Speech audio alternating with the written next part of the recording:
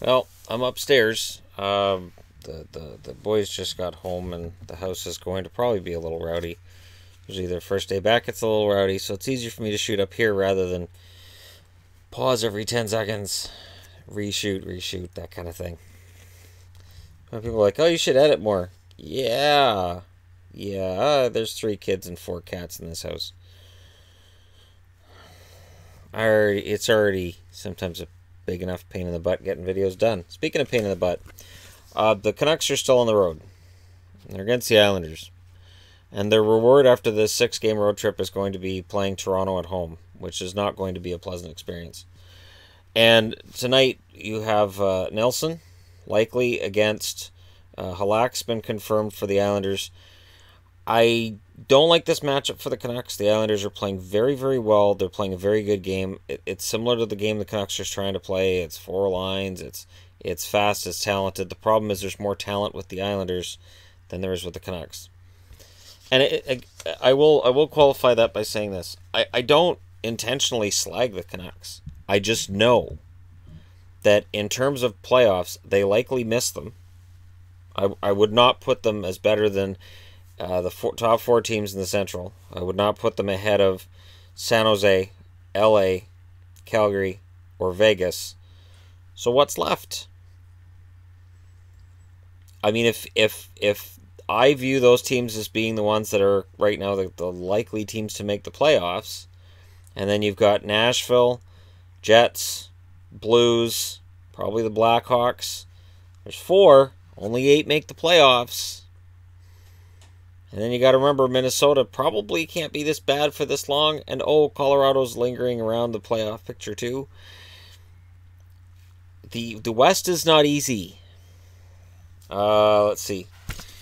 Carolina's and Columbus. This is a rough game for Carolina. So Carolina's coming off of a shootout win over Nashville. Everything's roses, but Nashville is not Columbus.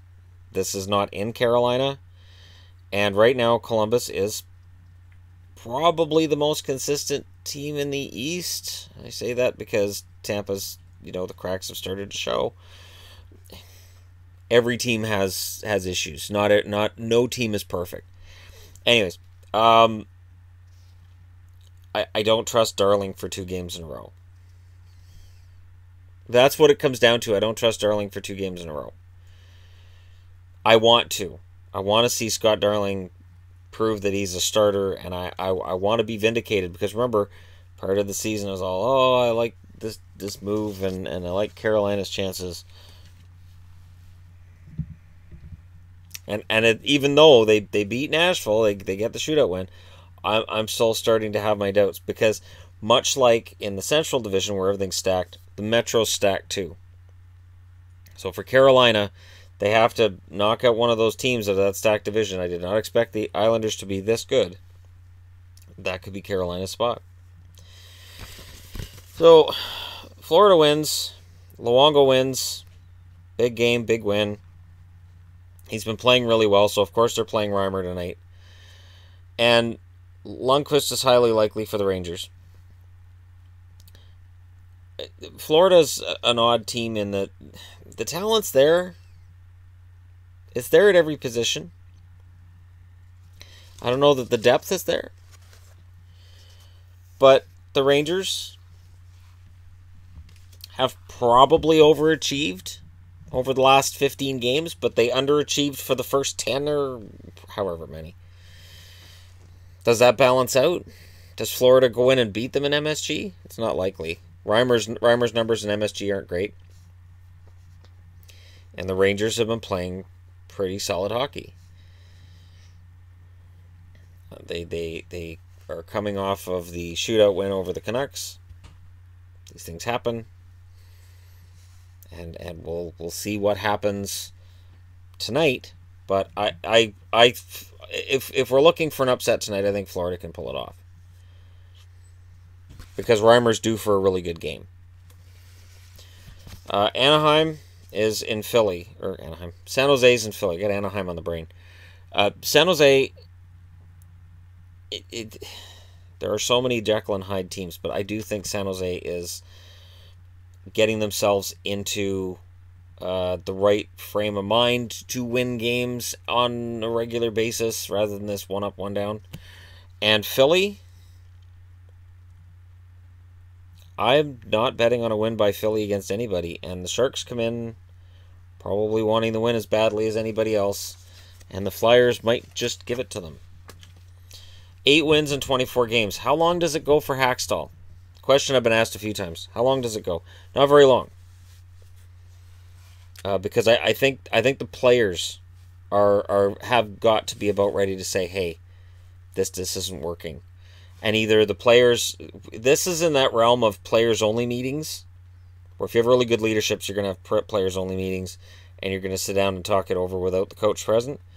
And eventually, at some point, somebody's going to go to Ron Hextall and say, hey, something's got to change here. We're not happy. And it's likely Elliott for Philly, and I guess it's Aaron Dell for San Jose, but does it matter?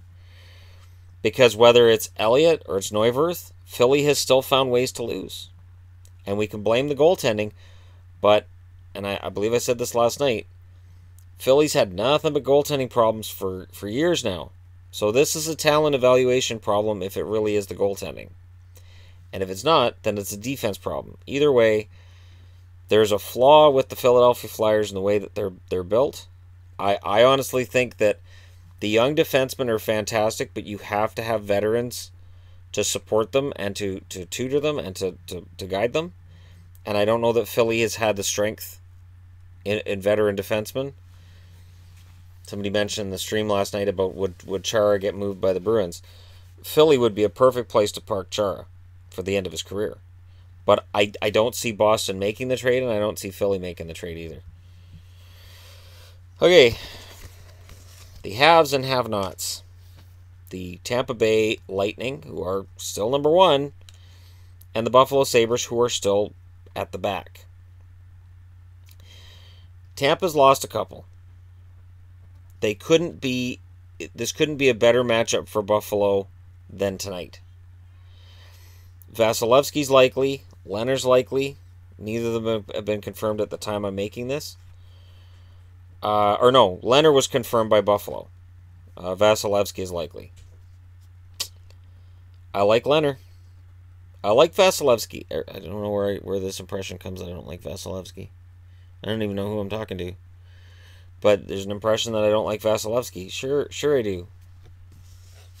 You know, when I make a statement that I don't think that a goalie is necessarily, top 5 in the NHL, or maybe he's a borderline top 10 goaltender in the entire NHL, what seems to get missed is the fact I'm saying he's better than 20 of the starters in the NHL, and what's remembered is he doesn't think he's the best.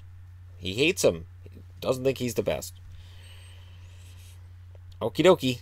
All right. LA and Detroit. Jimmy Howard's confirmed. Quick's unconfirmed, but he'll be starting. Unless Quick's hurt, he'll be starting. So you've got the Kings, a team that started out really hot and have cooled off, against Detroit, a team that's just been simmering. Just staying on the periphery. Staying in a playoff spot, a little bit out of a playoff spot, but they're still in the race. Now, if Howard plays the way he can and Quick plays the way he can, this game could be a 1-0 overtime loss for Detroit because they lose in overtime. All kidding aside, they have been losing a few games in overtime lately. Or at least the last couple. Detroit can win the game. Absolutely. And LA is starting to show signs that they overachieved the first 10 games of the year. And if they're going to turn it around, this is a turnaround game. It's a Detroit team that was supposed to be a bottom feeder. They're not. They've proven themselves to be very strong. I think the biggest surprise really hasn't necessarily been the math has been good. It's been how good. So that when he has an off game, the coach can blast him. I don't understand coaches publicly blasting players. I don't get it. It never works out well. I can hardly think of a case, and I say hardly because I can't off the top of my head think of one, where a player at the end of the year said, you know what really helped me this year was that public dressing down I got from my coach. When my coach went out and said to the press things he didn't have the guts to say to my face, That was really, really important to me. Or he blasted me during the game and after the game, and then he went out and he told the press what he said about me. That really inspired me to get better. I mean, it just doesn't happen. All right. Chicago, as my dad used to call them because he's a Newfoundlander, in Nashville. So Chicago is coming off of a huge win. And Nashville's coming off of an overtime loss. So are we going to start to see an evening here? I mean, I think most people agree. Nashville's played at like a really high level and Chicago's been meandering. Is this when Chicago starts to play better? Now, Anton Forsberg's the likely starter for the Hawks. And Rene's been confirmed by Nashville. I honestly would take the Hawks. I don't know. There's something... And I heard Colby Armstrong said it this morning too on Hockey Central. No matter where the Hawks are, no matter how badly the Hawks might be playing at any one point in time,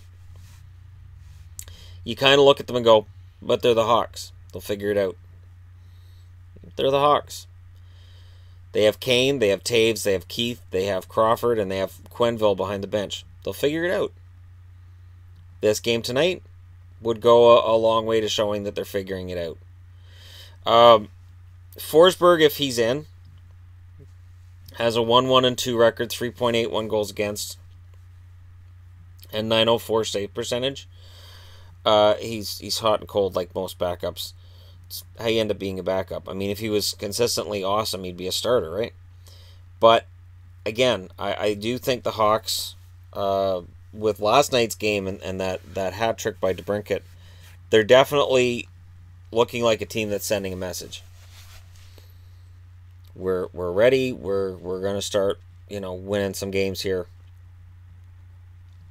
And we'll see if they can do that consistently. Because the game underneath them features a team that every time I say they're ready to start doing that, they fail. The Oilers and the Coyotes. Wedgwood's likely. Talbot's likely.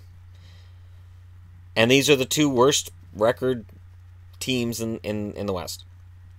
Notice I'm not saying worst teams in the West. I don't think the Oilers are one of the worst teams in the West. There's issues, sure. But you can overcome a team speed issue with intelligence. There are plenty of players in the league who aren't the fastest, but because they're intelligent and they play the game right, it masks some of those deficiencies. Look at Weber in Montreal. Shea Weber is no longer as fleet of foot as he may have been in his youth. And even at his best day, he wasn't the fastest skater on the ice. Very smart defenseman.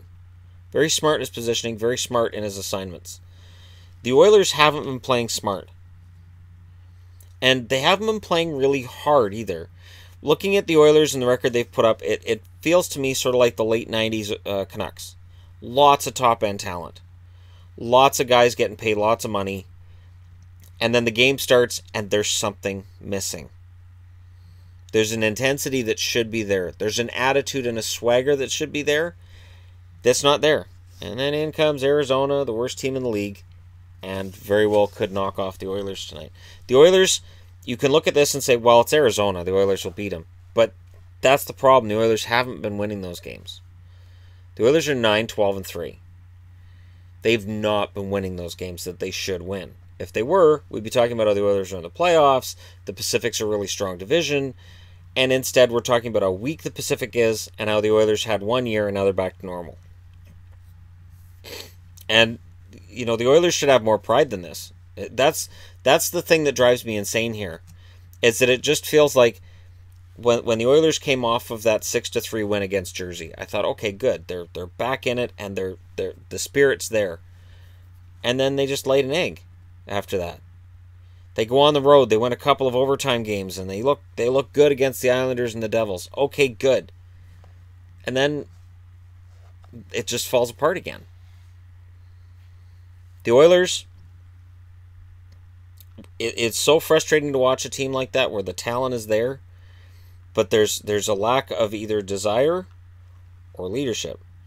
I remember when they named Connor McDavid the captain, and my concern was that, yes, Connor McDavid's a generational talent, he's fantastic, and he's the best player in the league. You can argue Sidney Crosby, and that's it. Connor McDavid is one of those transformative talents. But giving a guy a captaincy when he's a teenager, I still think is risky. And we can debate the importance or unimportance of captains, but it's funny how when, Sidney Crosby leads the Penguins to a Stanley Cup, we talk about what a great captain he is. Jonathan Toews in Chicago, 3 Stanley Cups. Great captain, that Jonathan Toews. And then McDavid gets it at 19. People are like, it's fine. He's the best player. But that's not what a captain used to be. I'm old enough to remember when your captain was your veteran guy who could command respect in the locker room because he's been there. Maybe a guy who's won a Stanley Cup. And the name that comes to mind, and I don't think he was a captain, was John Tonelli. Or, for the Kings, Dave Taylor was a good example of that. He was a veteran. He wasn't the top player anymore, but he could wear the C.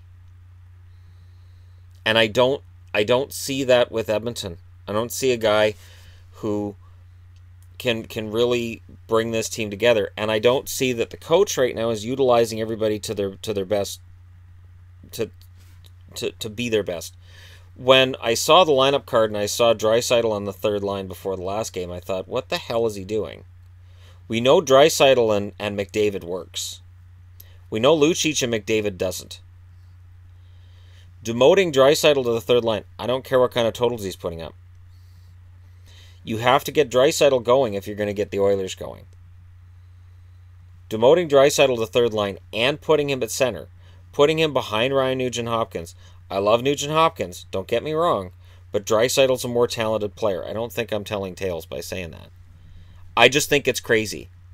I think it's crazy. I think it reeks of desperation, and I think it's a poor idea to have your most dynamic player not named McDavid relegated to third line. And you could maybe point to Marner with Toronto. The thing is, Toronto has a lot of other marquee talent that can play on those top 2 lines. Edmonton really doesn't. There's a real lack of top-end talent once you get past the first couple of guys. So while there's fans saying, oh, McDavid's, this is just, he's not that great. This is what shows he's not that great. No, Toronto's a better team than Edmonton. It's 2 completely different situations. Edmonton is just, it's a disaster. And while people want to say, oh, well, look at that blue line. And, if they had Taylor Hall and Jordan Eberle. Yeah, but the blue line would still be a disaster. It doesn't fix the goaltending problem that they've had with Talbot, who was great last year and has been iffy this year.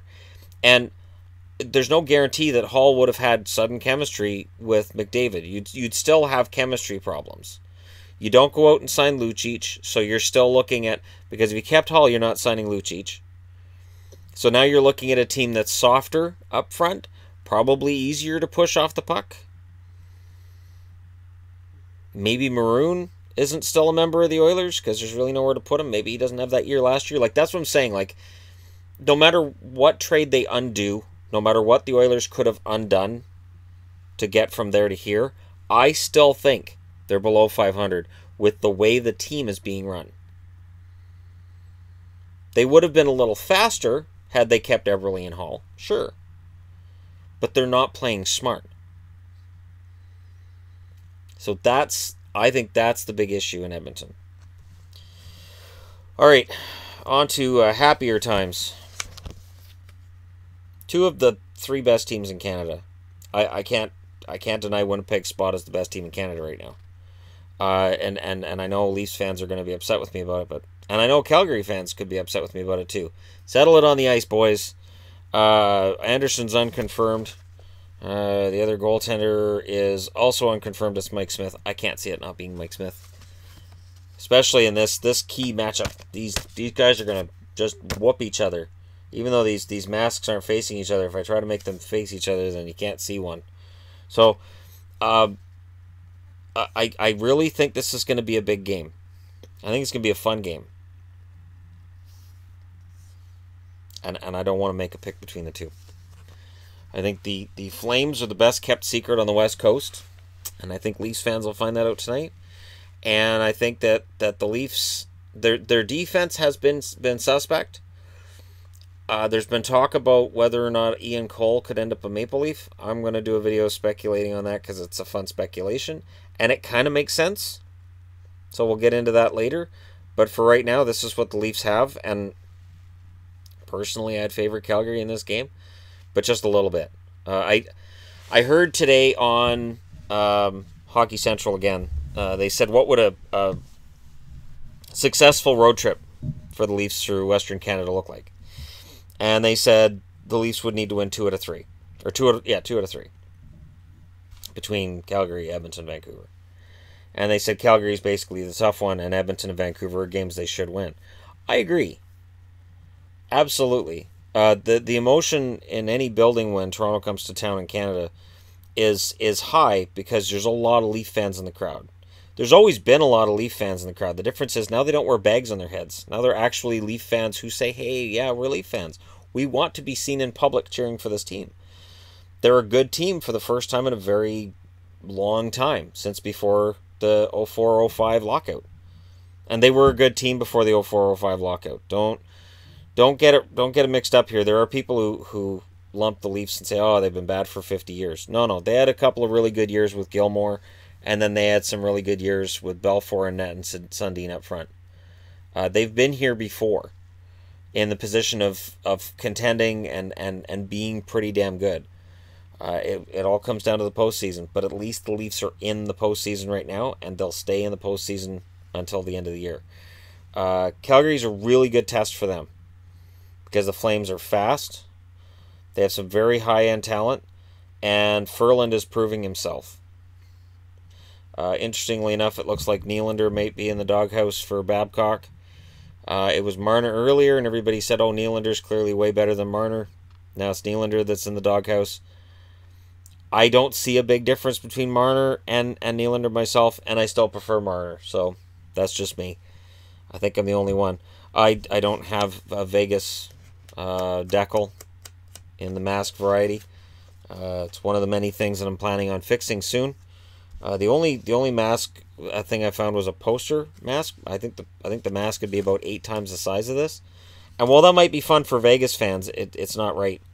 Goaltenders tonight, it's Ben Bishop for the Canucks. For Dallas for sure. Malcolm Subban's unconfirmed, but I would be very surprised if Subban doesn't start. It's Subban's net until Fleury gets healthy. Even if Dansk gets healthy, Dansk would get starts, but not over Subban. And maybe this is the turning point where Vegas starts getting healthy, and oh right, they're already first in their division. It's a bad matchup for Dallas. Dallas is against a team that plays very, very opportunistic offensive hockey. Subban, if he's on his game, is very, very good.